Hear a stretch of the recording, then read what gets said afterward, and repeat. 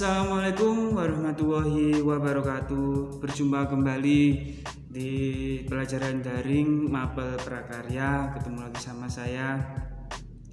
Baik, sebelum mulai pembelajaran seperti biasa, tak lupa saya selalu mengingatkan agar kita selalu bersyukur dan berdoa. Bersyukur karena apa? Kita masih diberikan kesehatan sehingga kita bisa berjumpa lagi di pembelajaran daring, bisa belajar walaupun di tengah pandemi seperti ini. Saya anjurkan tetap di rumah saja, tetap semangat belajar daringnya, dan bersyukur sekali lagi kita selalu diberikan kesehatan, ya kan? Dan jangan lupa kita berdoa terlebih dahulu agar pembelajaran kali ini mendapatkan manfaat.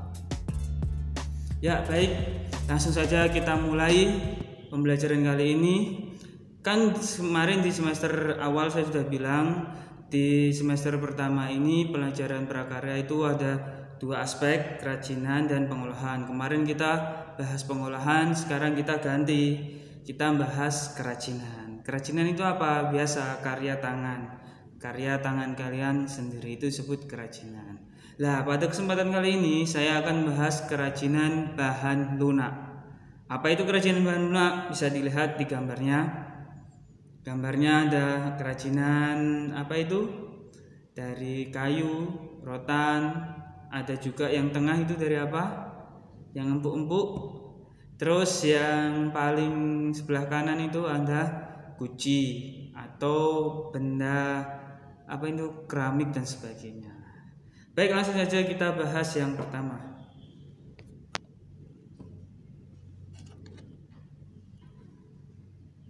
Oh, ternyata sebelum mulai materinya, kita lihat dulu KD atau kompetensi dasarnya.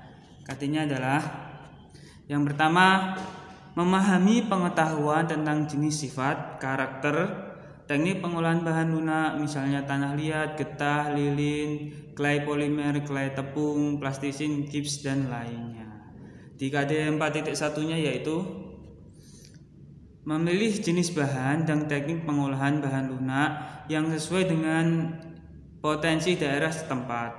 Misal tanah liat, getah, lilin, clay polimer, clay tepung, plastisin, parafin, gips, dan sebagainya. Intinya di KD 3.1-nya itu adalah sebuah teori tentang apa itu kerajinan bahan lunak, dan 4.1-nya itu adalah apa prakteknya. Seperti kemarin kalian teori dulu, terus habis itu prakteknya. Langsung saja kita lihat slide berikutnya. Ya, inilah pengertian. Apa itu pengertian? Pengertian dari gambar itu? Ya, gambar itu adalah bahan lunak. Jelas bahan lunak ada namanya clay, ada juga tanah liat. Pengertiannya adalah bahan lunak adalah bahan yang memiliki sifat fisik empuk atau lunak sehingga sangat mudah dibentuk. Sifat fisiknya itu empuk, artinya tidak keras, kenyal-kenyal gitu, sehingga sangat mudah dibentuk. Karena sifatnya yang lunak, mudah dibentuk, akhirnya bisa dibuat kerajinan. Contohnya seperti yang gambar paling kiri itu adalah clay, ya. Clay, flour clay atau tepung, jadi bentuk-bentuk. Kalau sekarang itu yang sering di mall-mall itu, yang biasa cetak-cetak anak-anak kecil-kecil itu, yang warna-warni, lah itu disebut juga bahan lunak juga bisa. Terus yang sebelah kanan itu jelas itu adalah namanya gerabah atau dari tanah liat. Awalnya dari tanah liat bisa dibentuk, terus akhirnya dijemur sehingga menjadi gerabah. Lanjut ya. Yang selanjutnya itu prinsip kerajinan bahan lunak. Prinsipnya itu apa saja? Kita lihat. Yang pertama adalah keterampilan tangan. Ya, kita harus membuat bahan lunak itu harus memiliki keterampilan tangan. Contohnya, kalau kita nggak memiliki keterampilan tangan, lihat pada gambar itu, kita nggak bisa membuat gerabah atau guci. Lanjut yang tengah, memiliki keterampilan teknik. Nah, kalau kita nggak punya tekniknya, nggak punya keterampilan tekniknya, kita nggak akan bisa membuat seperti gambar tengah itu menganyam, ya kan? Lanjut yang ketiga, yang paling kanan adalah teknik atau prinsip kedaerahan atau tradisional. Ya, biasanya kalau kerajinan itu harus memiliki prinsip kedaerahan atau ciri khas suatu daerah. Misalnya kalau di daerah mana? Di Jogja itu ada kasongan, itu prinsip daerahnya itu Kasongan membuat guci-guci dan sebagainya, ciri khasnya. Lanjut ya. Nah, ini manfaat dari kerajinan bahan lunak. Ternyata kita membuat kerajinan bahan lunak itu ada manfaatnya. Contohnya yang pertama yaitu kelengkapan busana ya. Fungsinya untuk kelengkapan busana. Contohnya, kenapa disebut kelengkapan busana? Misalnya saya memakai pakaian, hanya pakaian seperti ini kan kosong, ya kan? Untuk menjadikannya itu bagus harus ada kerajinan dilengkapi di sini, misalnya kalung atau name tag, itu namanya untuk kelengkapan busana, sehingga dilihat itu menjadi good looking atau enak dipandang. Terus yang kedua ada kelengkapan suatu benda. Contohnya bisa dilihat di gambar paling kanan atas itu ada tempat tisu. Kalau misalnya tisu saja itu nggak ada wadahnya, itu terasa nggak lengkap, sehingga dibentuk tempat tisu sehingga kita bisa mengambilnya. Itu disebut kelengkapan suatu benda. Terus yang paling kiri bawah kelengkapan rumah atau bangunan. Rumah kalau biasa saja mendirikan pondasi seperti saja itu nggak ada kelengkapannya itu jelek ya, sehingga dibentuk suatu kerajinan, misalnya ini patung kodok, sehingga rumah itu menjadi bagus, enak dipandang, ada kerajinannya. Yang terakhir yang paling kanan bawah kelengkapan keperluan ritual, upacara atau adat ya. Kalau kita beribadah, misalnya contohnya umat Buddha, Hindu, itu mesti ada suatu kerajinan dari bahan lunak, misalnya patungnya. Itu disebut kelengkapan keperluan atau ritual. Terus selanjutnya ada prinsip kebermanfaatan kerajinan lunak.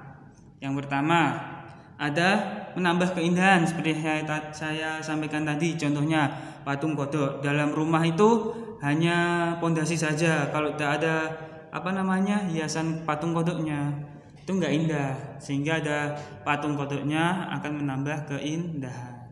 Terus memberi penekanan atau khas ya, contohnya tadi misalnya saat ritual agama, kan suatu agama Hindu kan ciri khasnya ada patungnya, ada sesembahannya, sehingga memiliki penekanan khas. Terus merupakan pertanda atau simbol. Ya kan, seperti contohnya di kelenteng ada patung-patungnya, tempat ibadah itu ada patung-patungnya, itu memiliki simbol tersendiri. Terus menjadi persyaratan pemakaian. Ya, menjadi syarat untuk pemakaian. Misalnya ada patung tersebut ya, kita harus disyaratkan untuk memakainya. Patung itu gunanya untuk apa, ditaruh di mana, itu syarat pemakaian. Terus dibuat khusus suatu benda aslinya atau duplikasi. Nah, benda itu kerajinan itu bisa digunakan untuk duplikasinya. Contohnya misalnya patung kodok ini. Nah, patung kodok ini tidak asli, atau misalnya stupa di Candi Borobudur, ya kan? Kita bisa membuat duplikasinya seperti biasa. Gak mungkin kita langsung mengambil stupa dari Borobudur. Langsung yang terakhir sebagai bagian dari karya seni. Ya kan, kerajinan bahan lunak ini misalnya contoh patung kodok itu adalah sebuah dari karya seni. Kalau biasa-biasa aja itu tidak bisa menjadikan kerajinan bahan seni. Itulah prinsip kebermanfaatan kerajinan lunak. Ya. Nah, langsung saja kita yang terakhir itu adalah tugasnya. Seperti biasa, tugasnya tidak berat karena saya tahu pembelajaran daring ini capek, di rumah saja juga tugas banyak. Tugasnya cuma catatlah kembali materi yang saya sampaikan tadi dari awal sampai akhir, dari pengertian sampai terakhir prinsip kebermanfaatan. Ya kan, mudah kan? Tulis pada buku tulis, kirim ke Google Classroom seperti biasa. Jangan lupa tulis nama nomor absen kelas pada buku tulisnya, ya kan?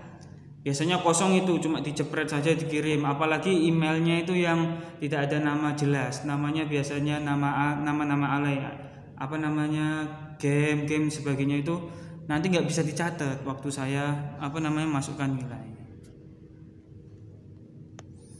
Terus jangan lupa ketik nama nomor absen kelas pada kolom komentar Google Classroom. Sekali lagi ya, kalau misalnya namanya itu masih alay, nama Google Classroom-nya, nama emailnya, tulis saja di kolom komentar nama nomor absen yang jelas. Tidak apa-apa, nanti saat pemasukan atau direkap itu mudah.